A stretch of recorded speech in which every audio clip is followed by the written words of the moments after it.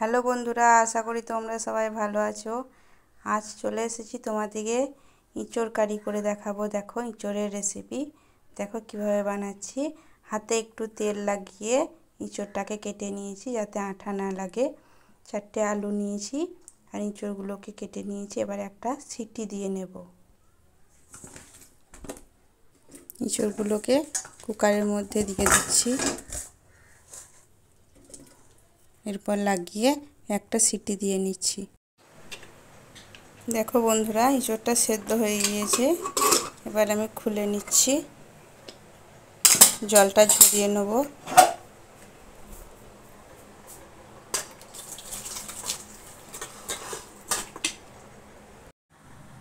ইঁচড়ের মধ্যে হলুদ আর লবণ মেখে ইঁচড়টা একটু তেলে কষে নেব।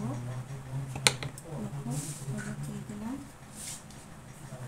লবণটা দিয়ে দিচ্ছি।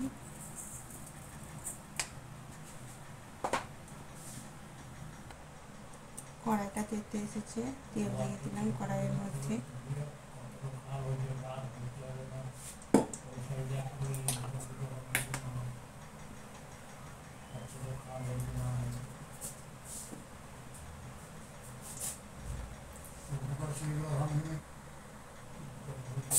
ইঁচড়গুলোকে তেলের উপর নেড়ে নেব।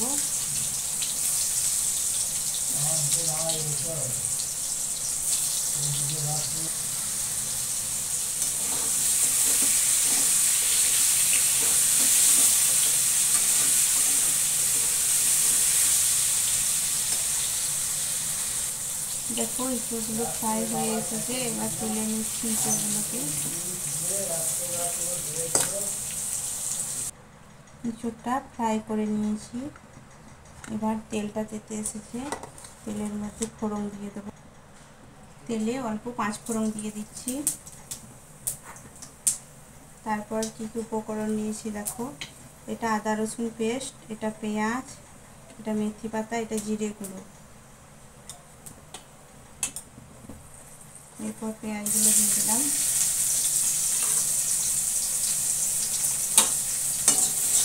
পেঁয়াজটা হালকা ভাজা হয়ে আসবে, আপনি মেথি পাতাটা দেবো।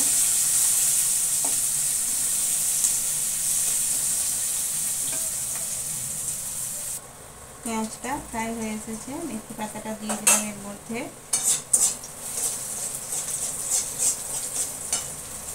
তারপর জিরে গুঁড়োটা দিয়ে দিলাম।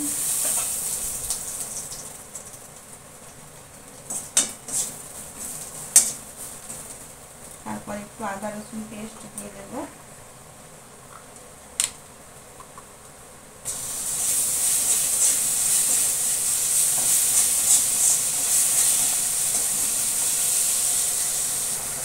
ইঁচড়টা এবার ফেলে দেবো এর মধ্যে। মশলাটা হয়ে এসেছে। আমি মশলার মধ্যে কোনো রকম হলুদ দিলাম না। ইঁচড় আলুটা ফেলে দেবো, তারপর ফেলে দেবো।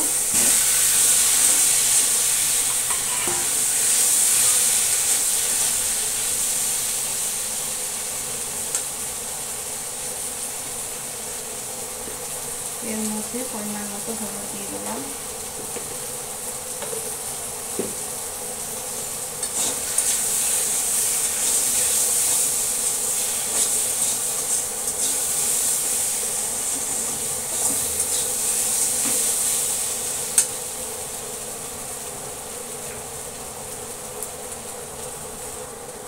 হলুদ দিয়ে দিয়েছি, এবার লবণ দিয়ে দিচ্ছি।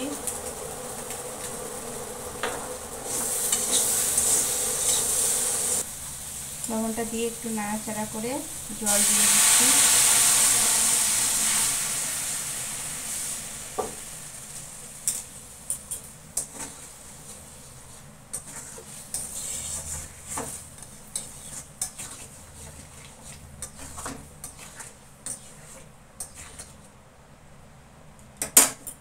একটু ফুটে যাক, 5 মিনিট পর ফিরে আসছি।